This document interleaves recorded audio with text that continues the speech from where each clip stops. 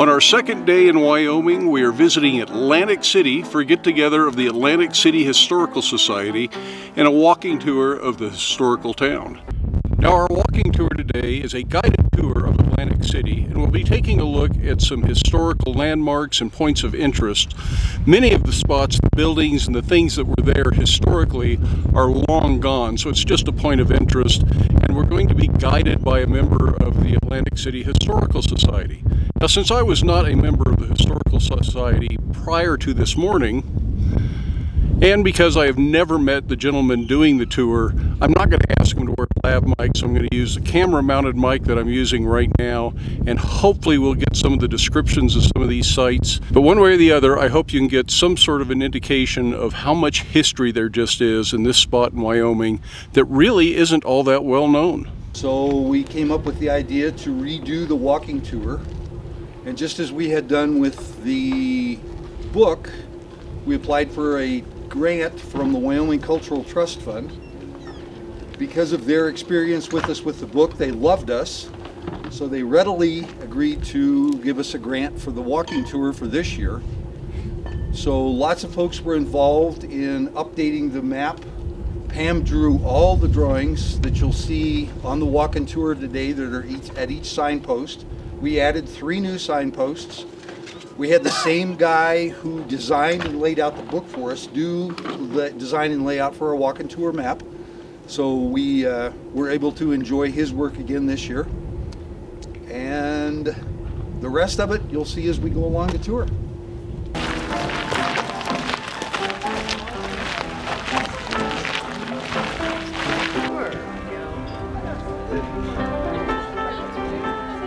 So the first sign here is Biergarten Gulch. So Biergarten Gulch is this gulch that comes down here. The water source starts up the road a ways. This water source runs year-round up here. I've seen it when it was 40 below zero and the water's still running. Don't know how to explain that because everything else up here freezes, but for some reason this one keeps running. So there were supposed to have been 2 breweries here. First 2 breweries in the Wyoming Territory back in the day in 1868 or so. No remnants of either one of those buildings still exist. And this is the first stop on our tour. We just do the slow meander. We go to Winnemucca. He took me up there and showed me what Frenchtown was, as you see it today. Nice. And there are 6 dugouts in the ground. Back then, as Pam has depicted on her drawing here, there were 2 logs on the edges of the dugout with a wooden framework above the logs and a canvas covering over the dugout. And there was enough room in the dugout for a bed and a wood stove. The brochure says obviously it was a seasonal profession. There are 6 formations. That was the foundation for the old Dexter Mill here in town. The foundation here was built by Italian stonemasons that were brought in here just to construct that rock wall for the foundation for the mill. The base, the foot of the mill was down where the storage unit is now. So there was a similar foundation down there. And company or mining company had gone bankrupt. The Carissa was running over in South Pass City. And Zoe Green and a crew of 4 or 5 guys dismantled the Dexter Mill, as you see it depicted on Pam's drawing, and moved it over to South Pass City, and it is now the Carissa Mill. So if you've been on the tour through the Carissa, you've actually been in the Dexter. Yeah. Yep.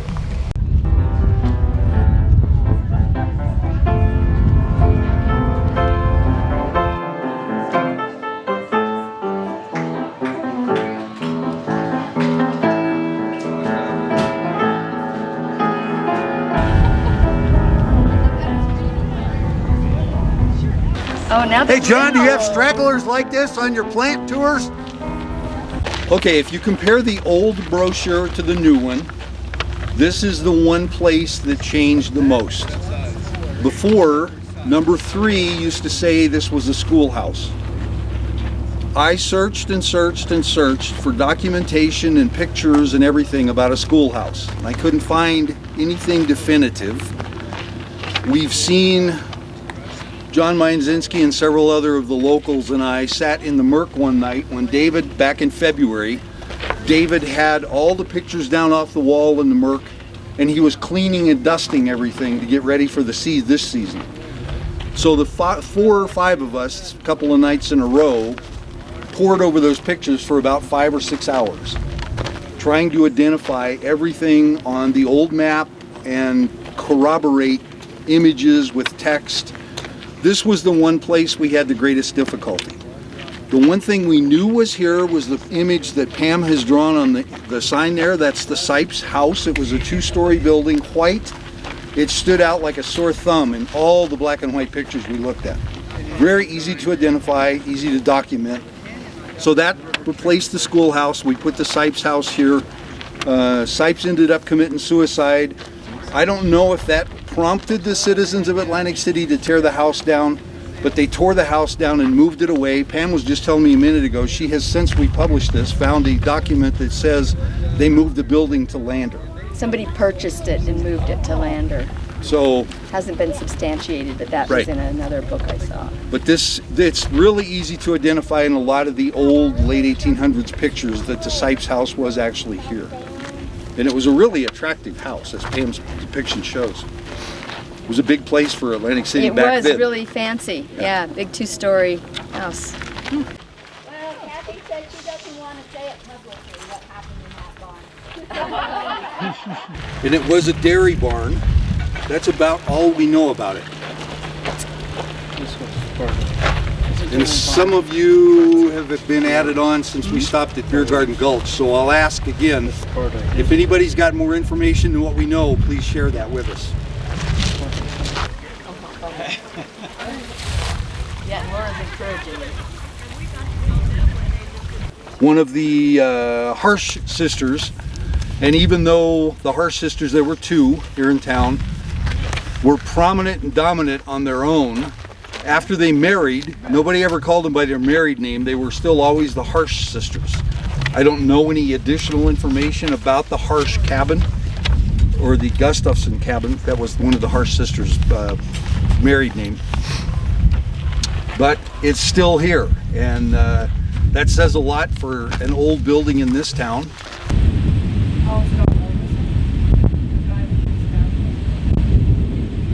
It was called the Quaking Aspen Hut Crossing Cabin. He gave me some paperwork on it back in 1970, describing it as a trapper's cabin in 1834. And he told me that and gave me this paperwork. A guy named Dracast, who was a Civil War veteran, lived in there when they built Atlantic City. But it was already here when they built Atlantic City, because it was built in the 1830s. So it may be the oldest cabin in Wyoming standing right now, or at least in western Wyoming.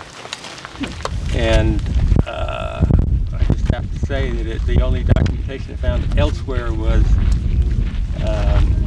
sitting there by the fireplace. Before I had a stove in there, there was just a fireplace for heat.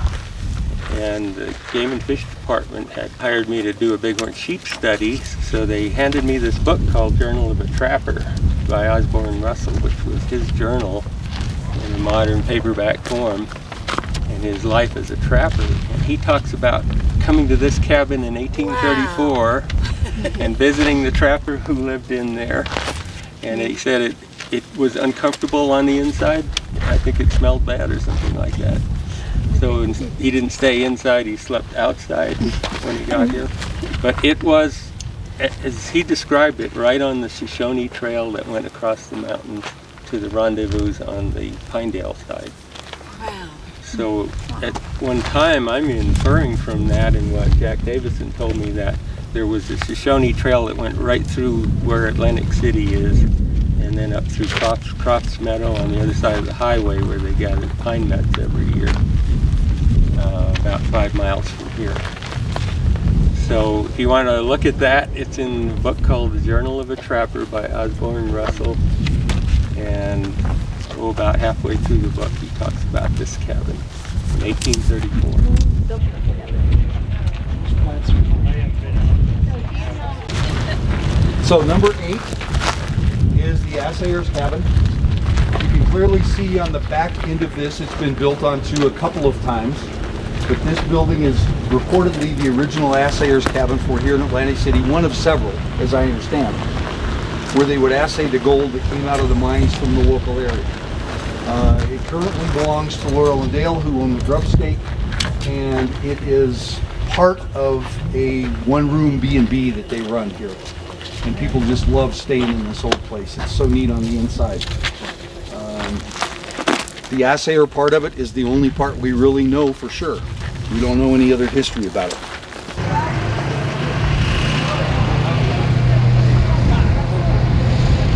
Pam's research led us to believe that this was actually the Atlantic Hotel that was right here about where the teepee is. Clearly, Miner's Grubstake restaurant was not here back then. Bob Gutierrez moved that building here from Jeffrey City in 1986. At one point, it was called the Red Cloud Saloon in honor of the old saloon that had been here back in the 1800s. We don't have a great deal of detail or information about these three buildings along here. Pam's pored over pictures to try to get the images correct for the images she drew here for the three buildings. And we believe we've got it correct. 100 years from now, somebody might come along and say, hey, we found something different, we're going to change the brochure again.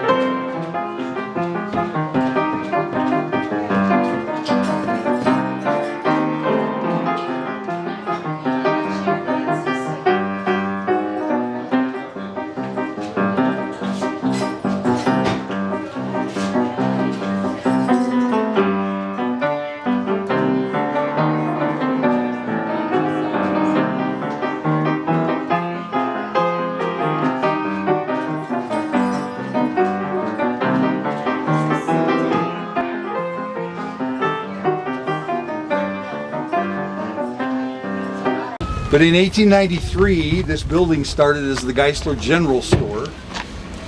And for a number of years, much later than that, through the 1950s, it was closed, boarded up. There are lots of pictures that show it before the porch was added on,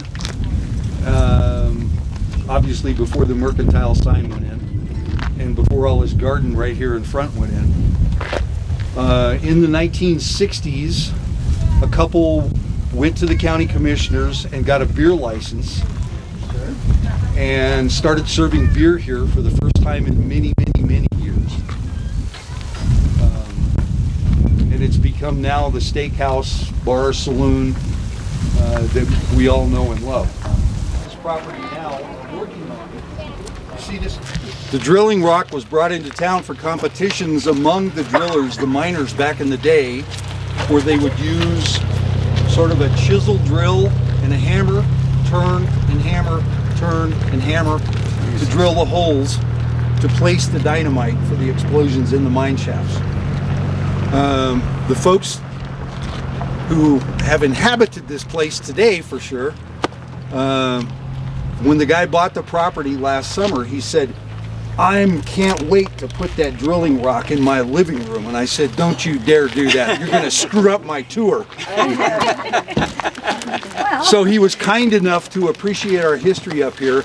He moved the drilling rock to its current location so it'll always be visible to us. He's actually looking for one of the old drill bits and a hammer that's authentic, that he can attach here permanently somehow so that nobody can abscond with them. So a tidbit of history that's not on our walking brochure. So the second the marker here is the Harsh Chicken House. That's the log cabin on the other side over here. To me, it's really suspect that that was ever a chicken house because it looks more like a home than a chicken house, but maybe. Huff Candy Store back in the 1800s, early 1900s. It was a candy shop and other sundries. Back then owned by the Huff family. I'll talk about them more when we get down to one of the other markers there. But here behind us is number 16. Some of you have a vantage point of the church up there. You can probably certainly see the cross on top of the church. The church was envisioned back in the early 1900s. Miss Ellen Carpenter of local fame had a great deal to do with that church being put in place. They started in 1912 constructing the church. It was consecrated in 1913 as St. Andrew's Episcopal Church. They celebrated their 100th anniversary, obviously, a couple of years ago. They got a grant, put in a brand new bell tower that looks identical to the old one. You can't even tell the difference. They did a wonderful job. When did they do that? They did that in, I think it was 2014. Oh, They put the new bell tower. Now, the church here in Atlantic City has special meaning for myself and for my wife Janet because we were married in this church. On the day of our wedding, the organist was a local wildlife biologist who played Whiskey Before Breakfast for the bridal march. Wasn't necessarily your ordinary ceremony.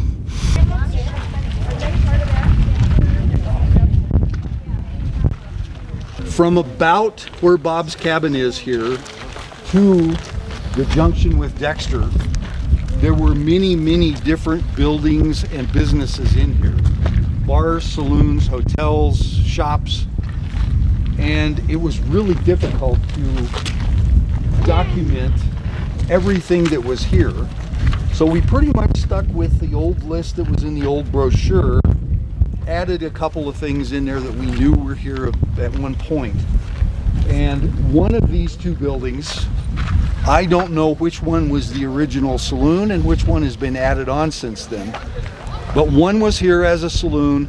The other half of the building was added on at some point since then. This is another new night signpost on our tour. We're gonna speed ahead to number 23 from number 17, because when I initially did the research and tried to write what's in the brochure for this one, I thought the hotel faced that direction towards Dexter Avenue. Pam did more research, looked at pictures and images, and figured out that no, that was not true. The old memory that the Chief Hotel faced Dexter Avenue was wrong. The Chief Hotel actually faced Main Street. So this number is out of sequence with the rest. But hey, it's Atlantic City. So anyway, the Chief Hotel was here. It was built by a guy named Huff. He built it for his wife so she could have something to do, as if a lady back in the 1800s or early 1900s needed something to do other than caring for the kids. He built a hotel for her to have a hobby or something. In our book, there's a story about Butch Cassidy having stayed in this hotel and paid for his bill the morning after his night here with a $20 gold piece. So the Huffs had to send all the kids all over town to get change because they didn't have enough change for a $20 gold piece. And I don't know what the room cost. It would have been nice to know that. It was probably 50 cents or something.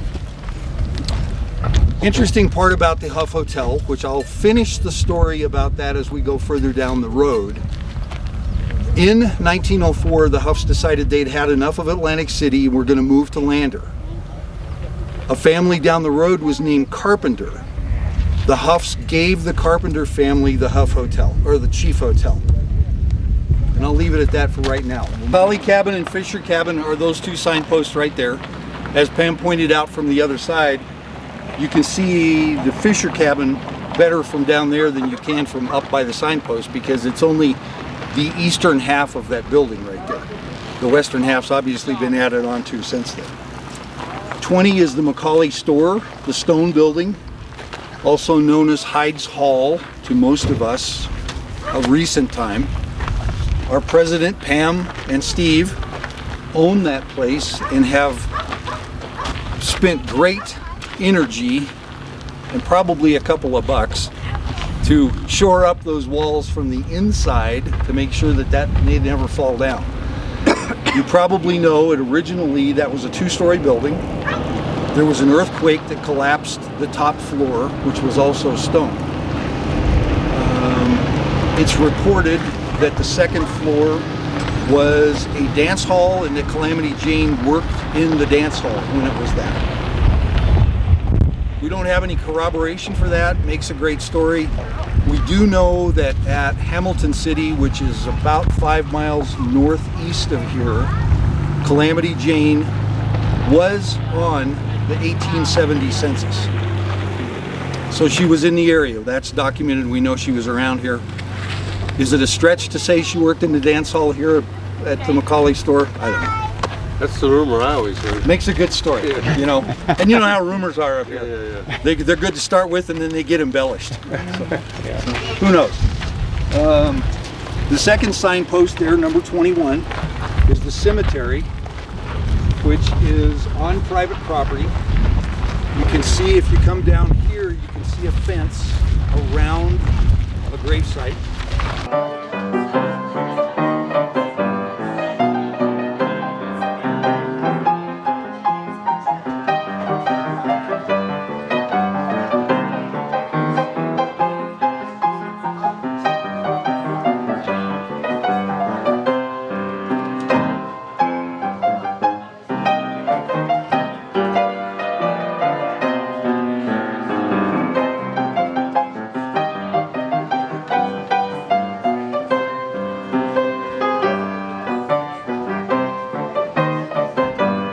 Now we have one signpost over here. One of the blacksmith's signposts is over here. And then a new addition to the tour is the tailing pile. When the dredge came through town from about 1933 till 1942, it left these huge piles of dirt that were dredged up from Rock Creek, several places along here. We think it ran at least 3 times through town. So there's a pile here, there's a pile further down, and there's another shorter one. It's claimed, I'm not a miner so I have no idea, that there's still a lot of gold in these tailings piles, but they're on private property, so.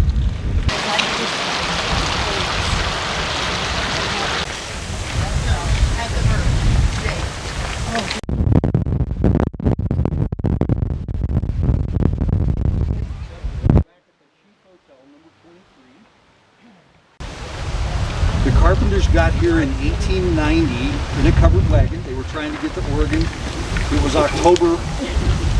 They were on the Oregon Trail. Some soul found them down there in a snowstorm, brought them to Atlantic City, and as I like to say, that's where the wagon wheel fell off the wagon. The Carpenters stayed.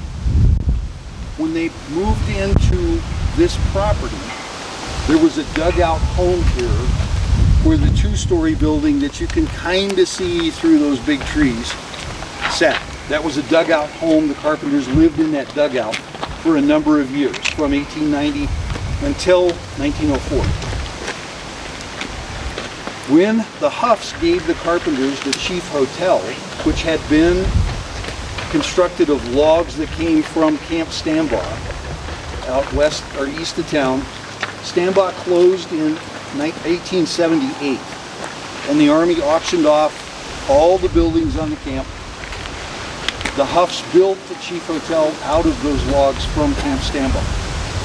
When they gave the hotel to the Carpenter family, in 1904 there was another mini boom here in town, gold boom.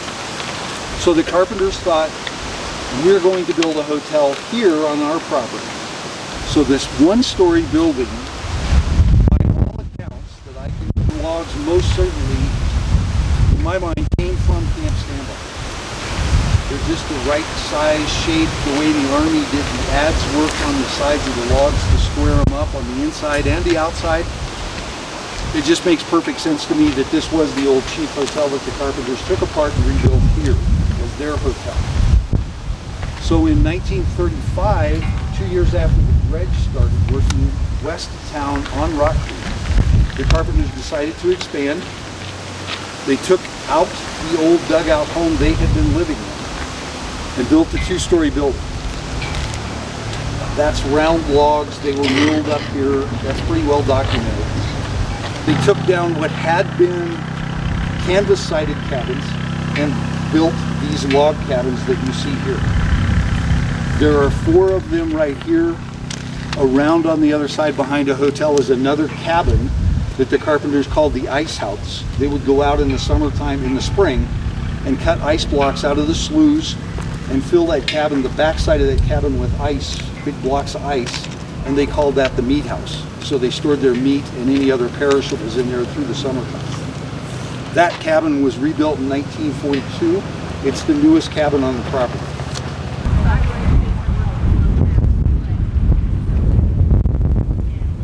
Above Bill's garage, somewhere up there on the side of the hill, is where that tin stamp mill was.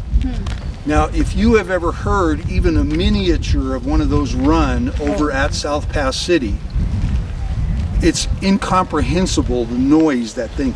The pistons, the stamps are about this big around, solid steel, driven by a cam, and they're pounding rock, they're crushing rock. So 10 of those are working in conjunction along there, pounding rocks up on the side of that hill. I can't comprehend the noise that traveled through this gulch. People trying to sleep over. Oh, number 30 talks about the toll road, which was this road going out of town over to South Pass City. They decided there was so much traffic on it, this is 1868 or so, that they wanted to charge a fee to get people to go from here to South Pass City. It didn't last long, it died on the vine, because you could just go around and go another route and get to South Pass City from here. You don't have to use the toll road, so it didn't last long. That's the tour, man. Yeah, so, and thanks, Bob. Any of you are going to attend our annual meeting,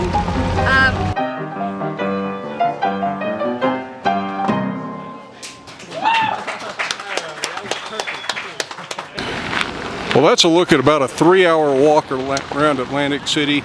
I know we didn't get all of the talk about each site that we stopped at. I just wasn't able to do that. But hopefully I got enough that you found the whole thing interesting. Now we're going to head into the Atlantic City Mercantile, have a beer, relax a little bit. Maybe John will play the piano. By the way, he's the one that was the organist at our wedding. But in any case, we'll see you for the next one. Enjoy your day.